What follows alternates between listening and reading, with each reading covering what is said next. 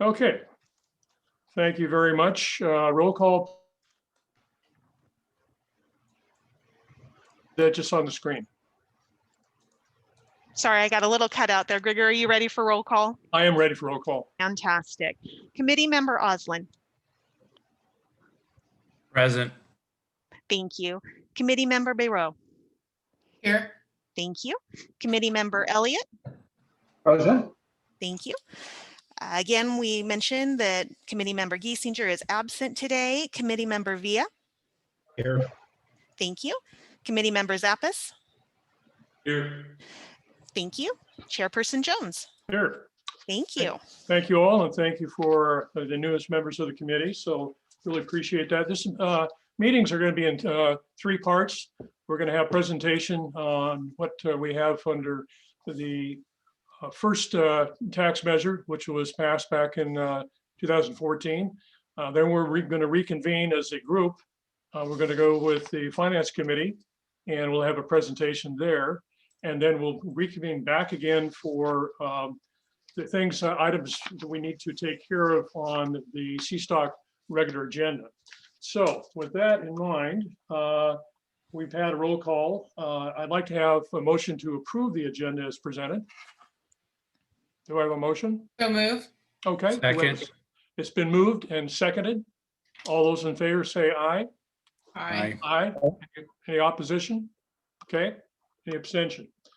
Okay, so the next item is any public comment. Is there anybody, members of the public comment, that are here that wish to address the committee? Seeing none, I'll close the public comment portion of that. And then I'll give it over to, I believe, Nick, you're going to be doing the presentation. Yes, I am. Okay. Let me get the slideshow started. Real quick, this is Gary Elliott. I don't have video. You can't see anybody else? No, I've got a screen that says Zoom phone is expanding your reach. Luke, do you have any comments for Gary?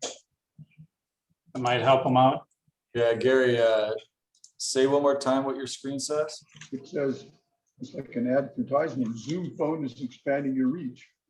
Streamline global calling in 40+ countries and territories. And then I can click on learn more. And that's what I have. Can you see me? Yes. We can see you. Wow, okay. So, Mr. Elliott, there is most likely a Zoom application that is open Yeah. that is behind another window. So you should be able to, down at the bottom of your screen there, find the little Zoom icon and click on that. It'll bring that to the forefront. In the lower left-hand corner, maybe? If you have Zoom, oh, huh.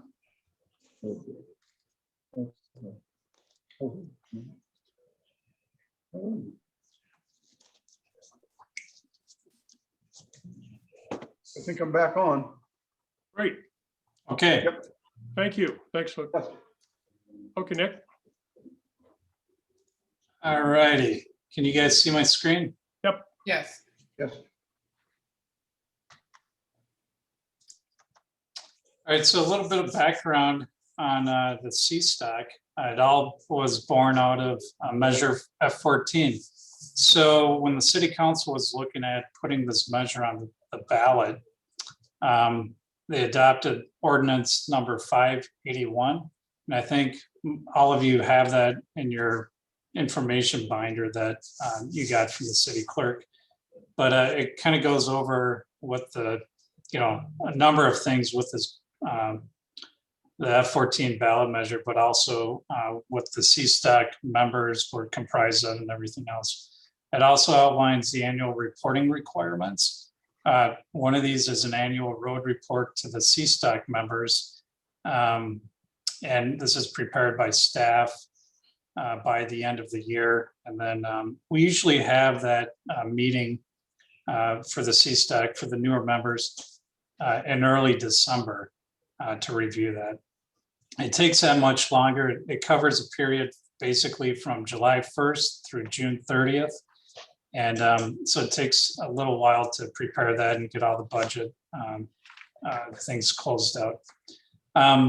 The Atascadero voters voted for an approved Measure F14 in November 2014. Retailers began collecting that 0.5% sales tax on April 1st, 2015. So it's been in place now for 6 years, and we collect about, we're averaging between like initially 2.2 million a year, and more recently before COVID was about 2.4 million. Thank you.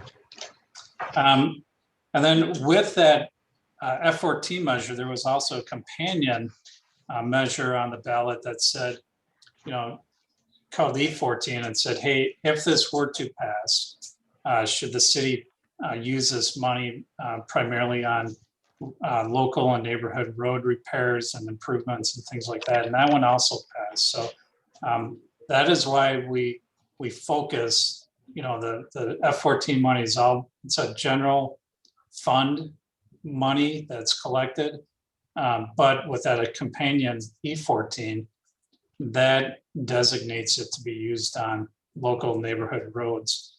And these local neighborhood roads are not the El Camino Real or the busier roads in town. They are collector and local functional roadway classifications. So they're the roads that would probably never get done if we didn't have this measure. So a little background on the Measure D20. This actually, the idea of the CSTOC assisting with some of the oversight and reviewing of the annual report came up in September of 2020 when we were looking at, accountability, transparency, and everything else if this were to pass. So basically another thing, it's the annual that's not road report, that's an annual D20 report will be provided to the CSTOC members. The measure did pass in November 2020, and as a city staff, we thank you for that because it was very well deserved or needed. And retailers began collecting this 1% sales tax on April 1st, 2021. So very, very similar requirements for D20 and F14 for the CSTOC members. So what are those duties? Well, one, the committee is comprised of 7 members. There's 2 at-large members that are appointed by City Council, and then there's 5 members from community groups. So I know Gregor, you're one of the at-large members, and I'm sorry, I forget who the other one is, but the rest of you are from various other community groups. And the idea was really to get, we want to be transparent. We want the committee to be advocates for both the F14 and the D20. And by doing that, this annual report really kind of details all the, where the money is being spent. So again, it's really easy. The duties that the CSTOC has is primarily is to review the annual reports for both the Measure F14 and D20, and then also provide any comments regarding that report or those reports to the City Council. And then the other thing we've been also having you do, although this is not an official one, but from day one, we've been able to, we put together a brochure for the F14 that talks about the work that was completed in the past year and what's coming up. So we also have you take a look at that before we bring that to City Council. And that always goes in January to the City Council with the annual report. And with that, let me pull up for the newer members, what that brochure looks like. I hope you've all found it before in your mailbox. Let me see here. Has everybody seen this before show up in your mailbox? It should have probably come in February or March. And then there's also, this is the other page. So talk about just the background on the roads. here's the financial statement, project summary, and then just some other things. So it's basically just a quick thing that we want people to read when they get it. It's easy to read, it's easy to look at, and that's basically what that brochure is trying to accomplish. Is a lot of times Jerry is very good, our finance director. Her reports are very detailed, but a lot of people just want to, you know, tell me the numbers or what really matters. So, and for those that are new, I should have said this from the get-go. I'm Nick DeBar. I'm the Public Works Director and the City Engineer, and I'm one of the liaisons to this committee. And with that, I'll take any questions or turn it back to you, Chair Jones. Any questions? I have a question. The April 21, 1% sales tax initiative, is that in addition to the original 0.5%? Yeah, so the D20 measure that was just passed, that is a general fund measure, and it was approved by voters in November of last year. And I might add the measure F14 is a 12-year term, so that sunsets after 12 years. And you know, one of the things as a staff member I would love to see is, and would recommend to the CSTOC and the City Council, is to try to do another one of these once before that sunsets, and have it kind of an indefinite measure, because it really helps us fix up the roads, and we've seen great improvements to the road. Measure D20 does not have a term on it, so it's going to be in effect until the voters say they don't want it anymore. Okay. Nick, does that mean that the sales tax goes down by 0.5% whenever that sunsets? It does, yeah. So it'll sunset if it doesn't pass. So I would expect, since it was adopted in November 2014, 12 years later it'll be 2026. So I'm guessing if the city was going to put it on the ballot, it would probably be 2026. And but it's going to be collected through March of 2027. And if it's not changed, or, you know, not passed, or goes up, or whatever happens, but it'll sunset on March 30th or 31st of 2027. Any other questions? Okay, well, thank you very much. Appreciate it. What we're going to do right now is we're going to call a recess of this particular meeting, and we're going to be joining the Finance Committee for a joint special meeting of the Measure 20 D20 for their annual report.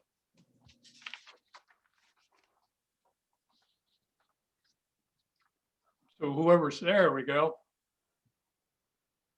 Hey, Charles, Mark, how are you? Good afternoon, everybody.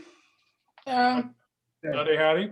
We just finished up our meeting, and for our new members, we had an oversight from Nick DeBar going through what both of these measures, how they came about, what they're doing. And so at this point, basically, we're going to have a presentation at before we do that, let me go through and pull your agenda up, and I apologize for that because you have a little different agenda than we do. Okay, so who are we missing on the Finance Committee? Well, Rochelle is usually part of it, but she's on vacation. Okay. And Jerry Seebach is also not available, if I understand correctly, right, Jerry Ringo? Correct. Okay, I am the third member after right. Mark and Charles. Okay, and nobody has left the original meeting, so those are all there and they're accounted for on the roll call. So So is there anybody, Amanda, before we get started, is there anybody from the public that wants to address this joint meeting? Okay, then we'll close that portion of it. So who's going to do the presentation for the annual report? That would be me. Okay, wonderful. Right. Go ahead and get this shared. While you do that, Jerry, Amanda, do you, for minutes purposes, need to take roll of the finance committee members? I mean, you obviously know who's here, so. Formally, we probably should. I was thinking I would take a screenshot of the names and everybody present if I needed to in lieu of. It's up to you. Yeah. Why don't we do it just for the formality? And I apologize for CSTOC since we're going to run through again, but let's go through this and capture everybody. Committee member Oslin. Present. Thank you. Committee member Bayrow. Here. Thank you. Committee member Elliott. Here. Thank you. Committee member Villa. Present. Committee member Zappis. Here. Chairperson Jones. Here. Thank you. Committee member Rangel. Here. Committee member, oh, I'm sorry, we're skipping Jerry. Vice Chairperson Darrez Here. and Chairperson Borbeau. Here. Thank you all.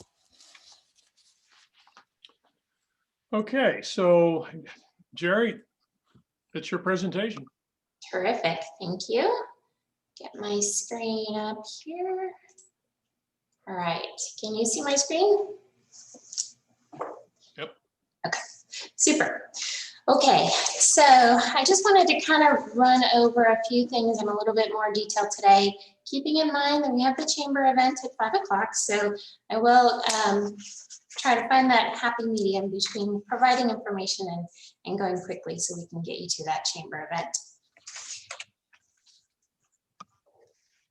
Okay. So this is a chart of general fund revenue per capita for fiscal year 18-19. Tuscadero has historically been a very low revenue city, and in comparison with other cities in the county, Tuscadero had the lowest per capita revenue. And despite the fact that the city manages resources in a very responsible manner, there were many critical needs that weren't being able to be met within those revenue constraints. So back as Nick was alluding to earlier, it started back in 2019 during council strategic planning session. They identified a tax measure as one potential option to enhance city's revenue. The city, after that, kind of went through an outreach campaign, did some scientific polling on those options, and held public hearings. And ultimately, as discussed earlier, in November of 2020, the voters approved Measure D20. That went into effect in April, of course. And since then, we've had 20 public meetings to kind of get it out there, get the feedback from the community, what the priorities are, and how this funding should be budgeted. This is kind of a diagram of our typical budget process. The city has a very comprehensive approach to budget development. Public engagement in the budget process is an important and continuous ongoing dialogue between council, the community, and staff. The existing city budget process is purposely structured to continuously receive public input on where funds are spent. In a typical budget year, there are a minimum of 8 public meetings. Council understands the importance of transparency and the need to ensure that the public would have multiple opportunities to provide input on the city's priorities and the expenditures of the tax measure funds and other city funds. For the 21-23 budget cycle that includes the D20 funds, Council expanded this process to a total of 20 meetings. The kickoff meeting was held in January at the regular council meeting. And then in January and February, 9 study sessions were held. Then the council goal setting sessions were held in February. The action plan review was in April at the April council meeting. And 6 finance committee meetings were held in April and May. Finally, the budget was adopted in June. Overall, there were 130 people that attended at least some portion of those 9 study sessions, and about 100 separate individuals who were able to engage for the entire session. Those sessions generated 150 pages of input on community feedback and where the community wanted to spend the money and what they thought were priorities. These were assembled and provided to the council and the public in preparation for council strategic planning in February. Community members were asked several questions to start that dialogue. The word cloud that's represented here represents all of the answers to the question, what things big and small would make a Tascadero better? At their goal setting session, council staff and interested members of the public got together to determine the priorities, not only for the D20 funds, but also other city funds. These are the results: economic and community vibrancy, fiscal and infrastructure efficiency and sustainability, ensuring public safety and providing exceptional city services, and quality of life. Key focus areas were developed under each of these 4 priorities. From there, an action plan was developed in order to accomplish the goals. The action plan was adopted in April. City staff submitted over $25 million in supplemental budget requests for items that were needed but didn't fit into the existing budget. Management staff refined the list based on the priorities in the action plan. All of these were then condensed into the budget that was adopted in June. Based on community feedback, discussions, and council goals, Measure D20 funds will focus primarily on public safety. The community has historically supported investments in police and fire services for the safety of residents. This priority has become even more evident in recent years. The passage of Measure D20 has provided much needed funding to support public safety. Other issues that were important to the community include retention and attraction of city staff, items related to the population of residents that are unhoused, and investments in infrastructure. Of the expected $12 million in D20 revenue for this period, about $9.5 million will go toward public safety. About $1 million will be invested in infrastructure, and about $1.5 million will be focused on other priority areas, which does include city staff, retention, and attraction. This is the list, quite long here. This is also found in your agenda package on page 19, or it's also included in the city's budget on page A13. This is a list of supplemental budget requests that were funded with the Measure D20 funds. This includes many things, but highlighting some of those are 4 officers for general rotation, 1 additional officer to be part of the outreach for underrepresented residents, our team, which is was formerly known as the CAT team, funding to contract with a mental health worker and a community outreach representative as part of the our team, an additional public safety dispatcher, and revenues are also available to increase police salaries to be more competitive with other agencies, to try to keep the great officers that we have, and to attract other similar quality individuals. D20 revenue was also able to fund the cost of a battalion chief after the expiration of a grant that helped to fund fire department staffing. Additionally, costs of public outreach and maintenance for the Zone Haven program are being funded through Measure D20 revenue. Zone Haven is an online program that provides rapid, accurate communication and exit paths to residents that may be threatened by various types of emergencies or natural disasters, including wildfires.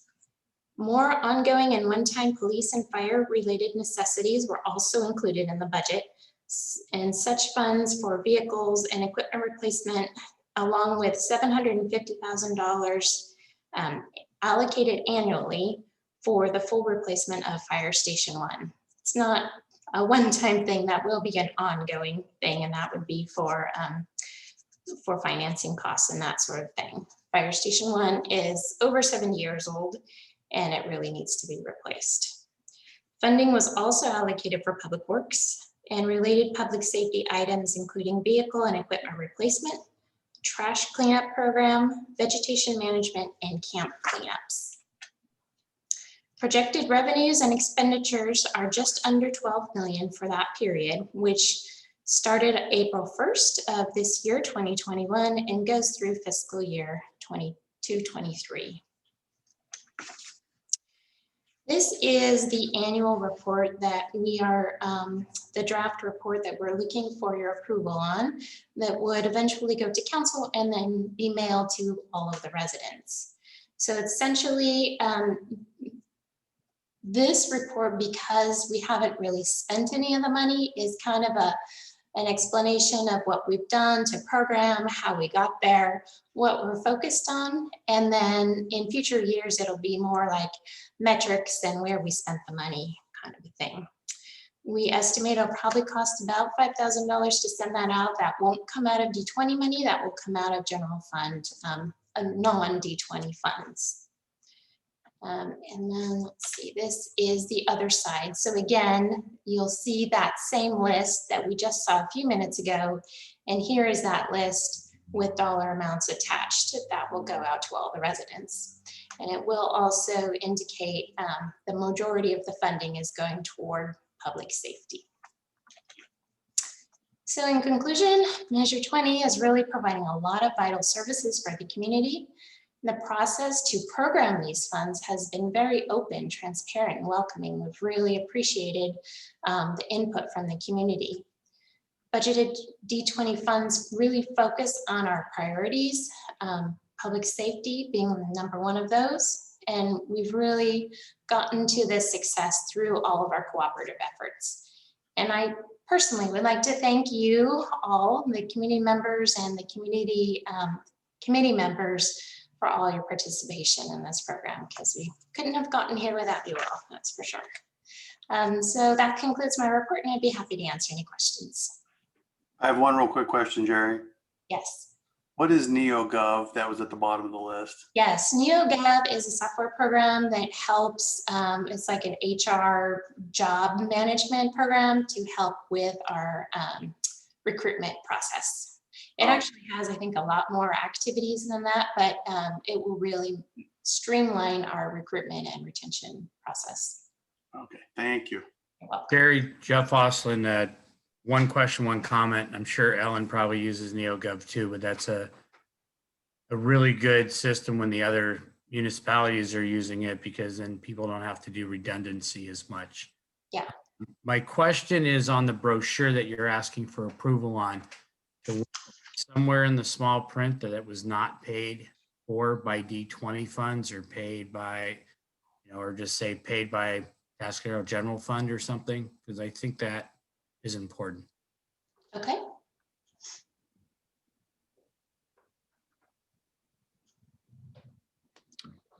Any other questions? Jerry, that suggestion of Jeff, would that be incorporated in this annual report? We can do that. I think we can take a look at the F14 report. We have the same policy for that one, where we don't use F14 money for the F14 report. I don't know, is Amanda, do you happen to know if we have any of that on the other brochure, Amanda, that we could kind of make the same on this one, or? I'm so sorry, I did miss the very first part of that. What is the question regarding the brochure, where the funds come from? Funds to pay for the mailing and the processing of the brochure. I feel like Terry is involved, that maybe that comes out of that budget for the mailing. Right, and I think they were just wanting to notate that on the brochure somewhere, that it's paid for with non-Measure 20 funds. So yes. We can certainly make that addition to the brochure. That's not a problem. I don't think we've ever noted that on the other one, but it doesn't matter. We can do whatever we need to on this one. Okay, and I think that's a very good point also, Jeff, and thank you, Amanda. We can do that.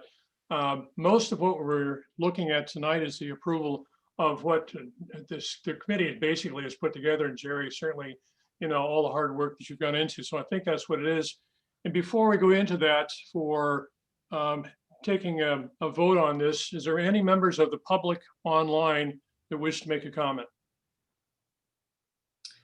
Gregor, just so you're aware, I've had my hand up, and Max Oh, I'm also. sorry. Go ahead, Ellen. I just had a question, because when you, and I don't have a problem with funding public safety parts of our city, and I spoke to that when I went to the public meetings. But right now it's 80% going to public safety, and I'm a little concerned about funding that many new positions in the fire and police departments, because that is a permanent decision. And earlier in your report, we talked about 4 areas of focus, and I don't see how money is going to ever funnel to them if we have that level of new positions in the public safety sector. Can you speak about what's going to happen after the first 3 years? And then after that, I do have another question. Sure. So yes, we have budgeted all of those into our 7-year projection for going in the out years. So we did look at the action plan that supports the priorities and then the focus areas for those, and then tried to create the action plan that would support each of those focus areas and each of those priorities. And we broke that down into things that we thought we could accomplish in a 2-year timeframe and things that would take longer. So of those things that we went over in that April 27th council meeting, those were action items to support all of that detail that we have gone through in the focus areas and the priorities. And then we kind of built the budget around that. So part of that was, you know, community safety. Part of it was, I'm trying to think of on my list now. Let me take a look at where we were. Let me just clarify, because right now is 80% in our first 3-year period is going to be going strictly to police and fire. As the years go on, does any of that percentage change? Because I do believe people are expecting other community benefits to come from it other than just police and fire. So some of the items that we have in there now are one-time items. Some of those are ongoing items. There's more detail in our budget document on that. So the ongoing items, obviously the police staffing would stay, but some of the equipment purchases and things that we're doing in that regard, they would be kind of one time. So that would free up money for next time. And so it's purposely built so that we have some room in future years to do other things with, so that we're not 100% committing everything to ongoing costs at this point. Okay, thank you, Jerry. And then my last question is on line 33, it says compensation changes other, and then it's a pretty good chunk of money. We're talking 628,000 in year 2 and 886,000 in year 3. Can you explain what that includes? Sure. So those are non-public safety salary increases. So some of it's salary increases, some of it is inequity adjustments. So our city has long been behind kind of all of the other agencies in the county on salaries. Some of those positions are out 20+% lower than other agencies. So part of that is adjusting some of those so that we can actually recruit those positions. And some of it's just kind of catching our people up to. Okay, good. I support that. Okay, those are my questions. Thank you. Thanks, Alan. Appreciate that. Anybody else have any other questions? Yeah, Yeah. to ask some. Yeah, first one, kind of piggybacking on what Ellen just talked about, the compensation. I'm just curious if we're able to see more detail on that. 21, 22, the other category is 11% of the money. And then up above higher, we have public safety. Yeah, that one's 13%. And then it increases, the percentage increases in year 2. It goes from 13 to 19, then 11 to 16. So it's an increasing portion of the budget. And I guess I'd like to just see where that's going. I want to make sure it goes to those lower positions that are so hard to get in this labor market right now, rather than the high positions that are already making, large 6-figure salaries. That's one thought, just more of a question. I don't know if we can see where that's going. Another thing was between all the different departments, there's these line items like police radio replacement and repeater replacement. All these communications things add up to $750,000. There's so many things that are wireless these days. I mean, I don't understand how we have to spend $750,000 on communication. You know, you could buy a truckload of iPhones for that much money. So that was an interesting thing. Max, I know when the cell towers go down, we still need to communicate by radio. I've heard that before. Yeah, but $750,000. I know. Max, I think Let's that, see what projects that's going to. Like, is that like building a tower or what is it? Max, Max, Jeff here, let me jump in a little bit because I was in all these meetings all the way through. We're outdated on fire and police radios and communication, and we don't have the right radios and communication to communicate with other agencies. So they're just trying to get us back into the, I heard, required world that the state is required for communication, but don't quote me on that. We can let Jerry answer that. from what I understand, Max, the radios, I think cost around $5,000 each, and they need about 80 of them. So there's 400,000 right there. So I was surprised when I saw that number too for communications. It was extremely high, but when it was broken down for individual pieces, then it kind of made sense. It is expensive equipment. That is what I understand. Yeah. So I guess the biggest thing for me is seeing the compensation and the staffing that's being added. You touched briefly on our team. Could you go over that again? The our team, who's being added, what positions? Certainly, sure. So the Our Team is a combination, so kind of that community come together thing. So it is a police officer dedicated to the team. It also includes contracting with social services, the county social services for a social worker, and then using somebody contract maybe from ECHO or something like that to provide additional services. So this team of 3 would go and be around and be able to communicate with people, offer them services, you know, help folks that need it, that are underserved in that manner.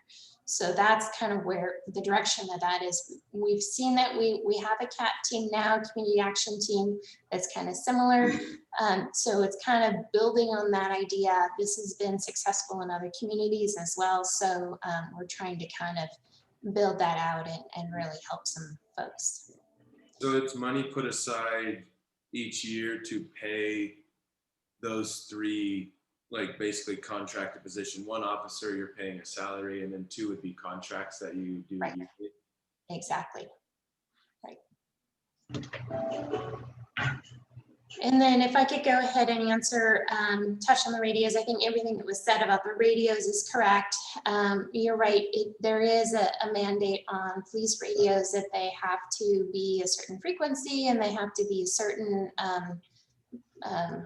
privacy, something in regards to privacy and all that. Our radios are not equipped to comply with all of those right now. So we are kind of in the process of purchasing additional radios. So if you think an officer or firefighter has got to have a radio on their person, they have to have one in the vehicle. In the fire engines, I think there's 2 in the vehicles for different purposes. So there are a lot of these radios. They are very expensive. They do have a lot of high technology in them, but they're critical to the mission of public safety departments. So that's kind of where those are. And then, I'm sorry. Not as concerned about the radios. I get it. That makes sense. But this staffing, I think, is interesting to me. Like $254,000. I'm sorry, for what? Like the staffing for the our team seems like a lot of money too. I guess to me, I would just like more clarity on staffing. That's really all I'd say. Okay, so how we handle the staffing is we have MOUs with the union. So just this week on Tuesday, we had the MOU for the SEIU union came to council. So that was approved. So that's available in our agenda package and on our website. If you'd like to look at that, it has their salary schedule, their raise amounts. It does have an amount in there that we have not determined yet, 162,000 to be allocated between the different positions for inequity adjustments. We have not made all the decisions on how that gets pieced together. So we're working on that. Our commitment is to do that with the union by the end of October. But it does have the other salary schedules on them. Police and fire are still in negotiations. So those are kind of in the works still. When those have been agreed on, then they'll come to council as well, and we'll have the salary schedules. But at this point, they're not at a point where they can be brought to council at this point. So. Does that assist you, Max? I'm sorry? I was just asking if Max got your questions answered. It does. It's strange to me that we would assume that we would approve a large number, in amount of like 25% of what we're talking about here, and we wouldn't even know really where it's going. I mean, I understand there's probably a process. I'm pretty naive to all this and how it works, but to me, it seems crazy to just let 25% of it go and not really have any idea where it's going. I mean, it could all go to one person. Obviously, it wouldn't, but. So this is vetted by the city council after all these meetings, correct? right. So the city council, all of the negotiation process goes to closed session and city council. And then when the contracts are ready, they go to open session and city council. The city council has the ultimate authority to approve the budget. So they kind of have a better understanding. That's not obviously when they're in negotiations can't be made public yet, but as soon as they're out of negotiations, those can be made public. But these items, and along with the other pieces of the budget and the compensation changes and that sort of thing, went through that 20 meeting process that we talked about over the period from January through June, and then the council went ahead and approved these. So this is kind of the reporting piece that goes to the CSTOC Finance Committee for review. So we would next year bring back to you all. Comments that were made tonight will ultimately go back to the council, showing some of the concerns they have, so we can have more transparency. So I think these comments that are made tonight are very good ones. And obviously it's a process. Again, this is a process, and what we're looking at right now is the end product of that process. But certainly these comments will be going back to the council.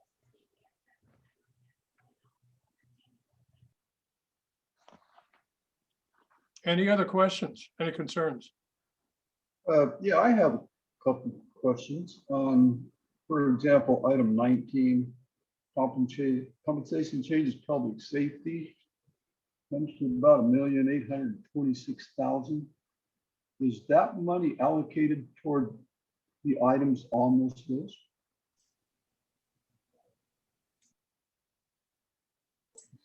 So that is compensation changes for public safety. So for police officers, firefighters, that sort of thing. Okay, so that's an anticipated increase in the current right level of funding. It does increase as we go out with changes in PERS costs, retirement, and healthcare and things like that. Okay. Another question I have is, these are budget figures. These things progress, and just for example, say it comes to be that we don't need $5,000 worth of chainsaws. Is that money reallocated to another area? I mean, are these figures cast in stone? Right, so these are all budgeted numbers, and we would keep these effectively through our budgeted 2-year process. So at the end, we could do a mid-year adjustment, or we could, when we're preparing the budget for next year, we'll say, oh, we didn't buy some of this, we didn't need all of that, it'll still be in our fund balance and we can use it for different things on the next budget cycle. Okay, excellent. Thank you. Thanks, Carrie. Anybody else have any questions or comments? Go ahead, Charles. Can't hear you, you're muted. I'll wait till Tony's done. Thanks. Okay, go ahead, Tony. It's a small amount, but prior to the passage of D20, how was number 26, 27, and 28 paid for?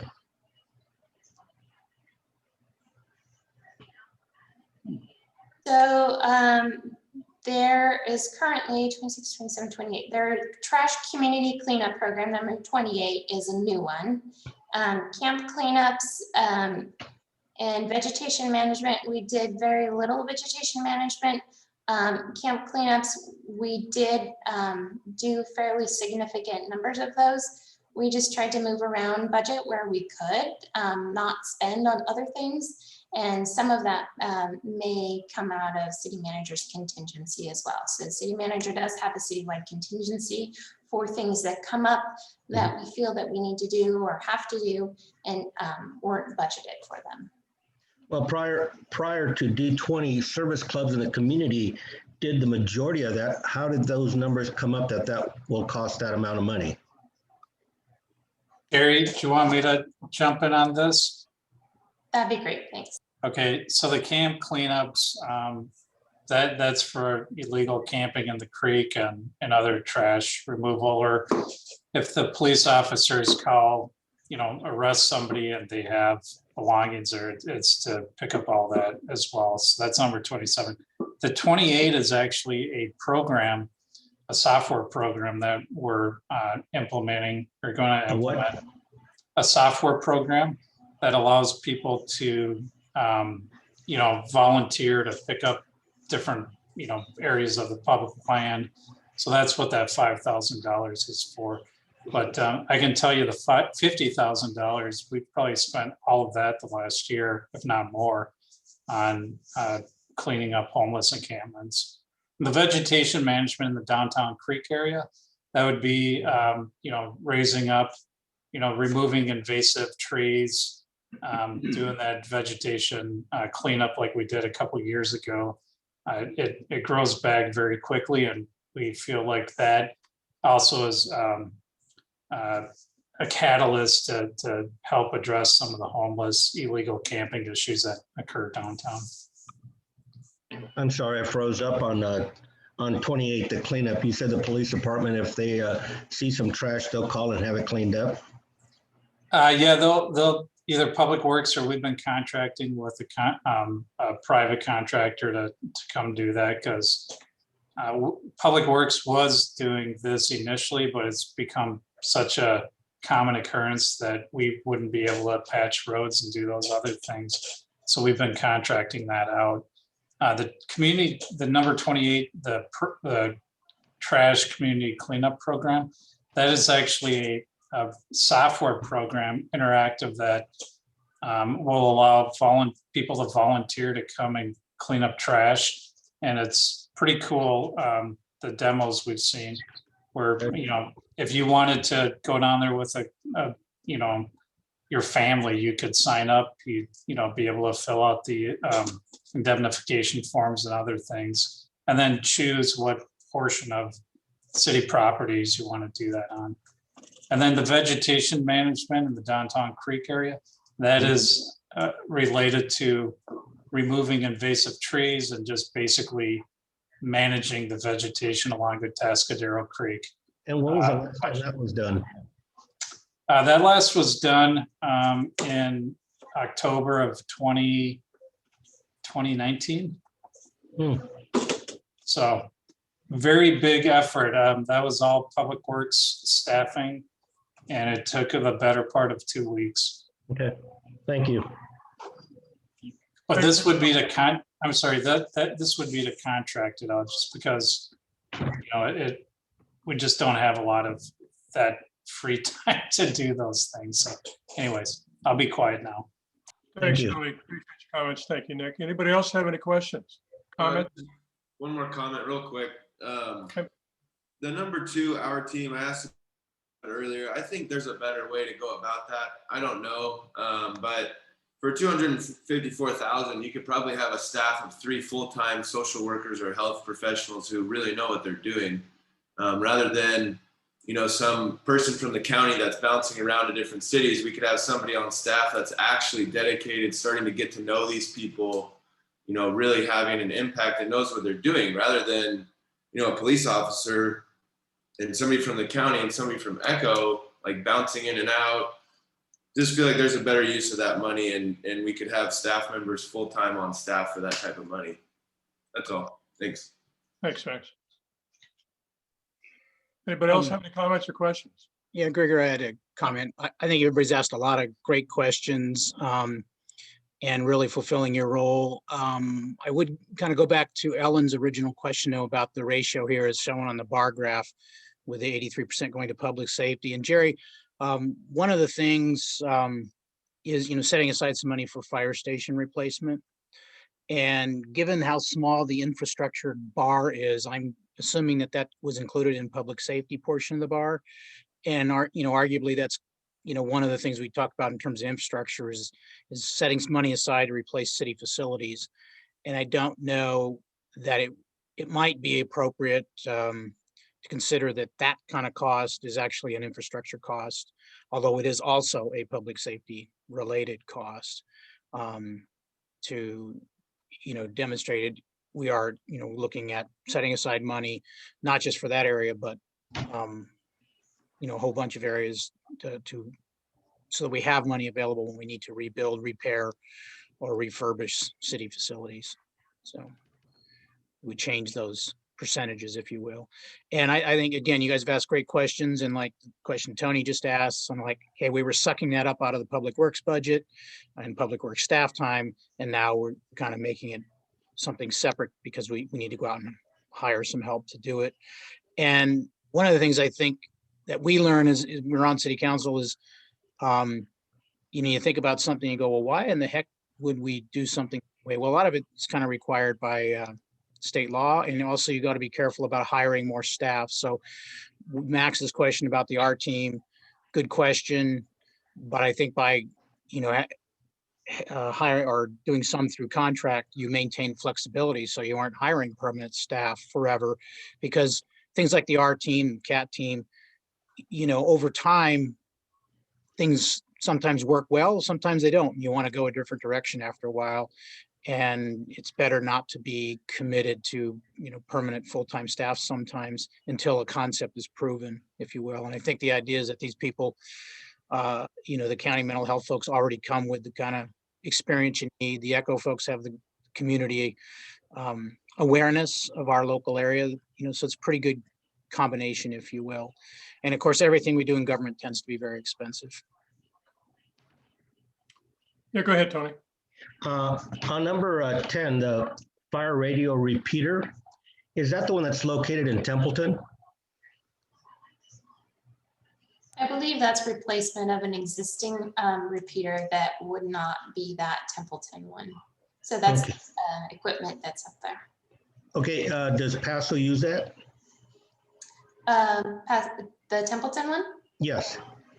I'm not sure. The Templeton one is pretty fresh. It just came online. So I think this is related to one of the other ones at either Pine Mountain or what are the other two called? I think these are probably not that Templeton one though. Are we the only ones that use it? We have equipment up there. So our equipment works for either police or fire, public works. So each department has its own equipment at these locations. Typically, like in the Templeton one, for example, there was a space that was vacated by another agency that were able to get in there and rent it.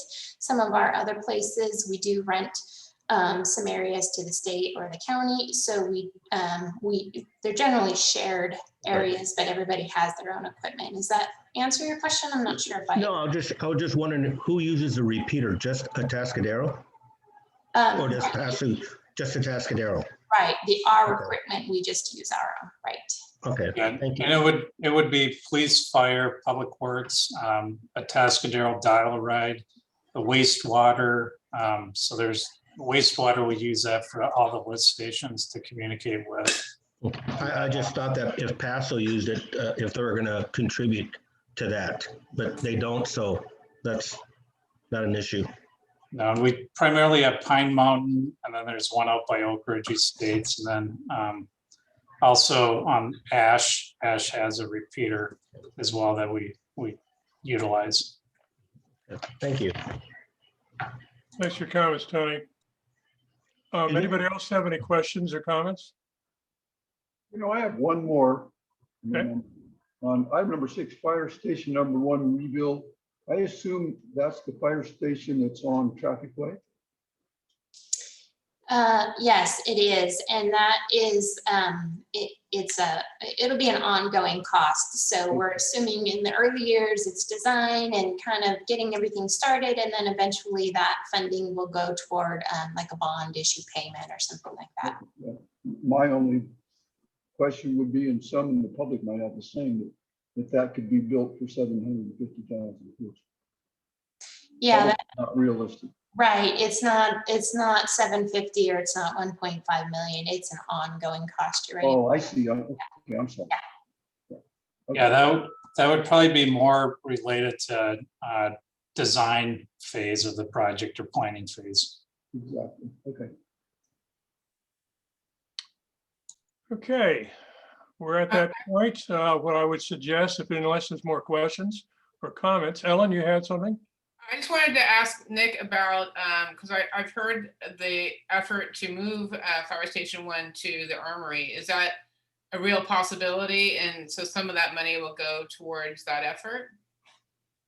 I don't know if the 750 was really budgeted for that, and perhaps Councilmember Burbo wants to chime in on this, or Laura does, but we're looking at that right now, and but that was kind of more of a recent development since we had all the 20 meetings with the public. Right. So let's hope so. I wouldn't want to spend 1.5 million planning on something at the current location, then decide to move. Right, that's why we haven't done anything yet. We need to know where we're gonna build it before we start paying engineers and architects money. All right, thank you. Okay, any other questions or comments? Then what I'll do is ask everybody to start thinking about making a motion to accept what has been presented to us. And I really appreciate all the comments. That's the purpose of this committee. It'll be obviously recirculated back with those people who do make decisions. But I'm certainly at this point in time, by the way, before I start, does any member from the public want to make any comments? I don't think there's anybody online. Okay, there's nobody here. Okay, then I'll bring it back to the committee and ask if you would like to make a motion to approve what's been presented. I'll move to approve what has been presented. Thank you, Ellen. Is there a second? I'll second it. Okay, that's Jeff. Thank you very much. What I'd like you to do, Amanda, is to poll the members here. Yea or nay? Rigger, go ahead and take roll call. I wasn't certain when you said poll what you meant by that. We want individual votes on this. So if you'll go ahead and go through each member that's present here and ask how they're going to vote. Certainly, thank you. Committee member Oslin. Yes. Thank you. Committee member Bayrow. Aye. Thank you. Committee member Elliott. Yes. Thank you. Committee member Villa. Yes. Thank you. Committee member Zappis. Yes. Thank you.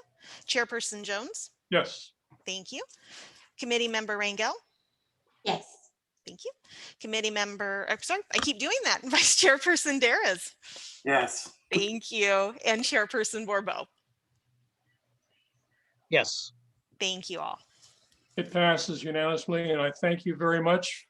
I really appreciate it. I hope all these comments will go back to the right individuals. And thank you, Jerry, for doing your presentations, and Amanda for polling everybody. At this point in time, we're going to adjourn this portion of the meeting and reconvene our regular CSTOC meeting. We have some items on there that we need to deal with. So thank you all, members of the Finance Committee. We really appreciate your efforts and your support here. Thank you indeed. Well, and thank you. And we really appreciate your comments. So there, you already got, your comments have already been heard by 2 out of the 5 council members. And we really appreciate the thought that's gone into a lot of very good questions and comments. So thank you all for your participation as well. Yeah, I agree. You got a good bunch here, so we appreciate your comments for sure. Thank you. Thank you very much for your participation. Okay, so let's go back to the regular CSTOC meeting. We have a couple of items that we need to attend to. The first one is the minutes from the previous meeting, 12/10/20. Okay, I assume everybody's taking a look at that. Those members of the CSTOC group. Any questions, deletions, or additions? Seeing none, I'll entertain a motion that we approve the minutes of the previous December 10, 2020 meeting. Have a motion for that? I make a motion. Thanks, Tony. Do we have a second? I'll second that. Okay, it's been moved and seconded. All those in favor say aye. Aye. Okay, any abstentions or voting against? Seeing none, there's one other, go ahead, Alan, I'm sorry. Yeah, I was muted. I didn't realize that. I'm going to abstain just because I was not present for that meeting. Okay, And I'm abstaining also, Jeff. okay. Hey, can I just jump in really quick, Ellen and Jeff? If both of you have looked at the minutes, then there's no reason to abstain. What the thing is now is even if you haven't attended a meeting, if you've read over the minutes and you have no concerns with them, then we do ask that you vote so that we can make sure we have a majority. Okay, yes. Then I'll vote yes. Thank you. Thanks, Laura. I appreciate you jumping in on that. The last item of business has to do with election of chairperson and vice chairperson for this particular committee. So I don't know if you had any thoughts to it, but I'll entertain a motion for the chairperson. I would like to recommend that we keep Gregor Jones as chair.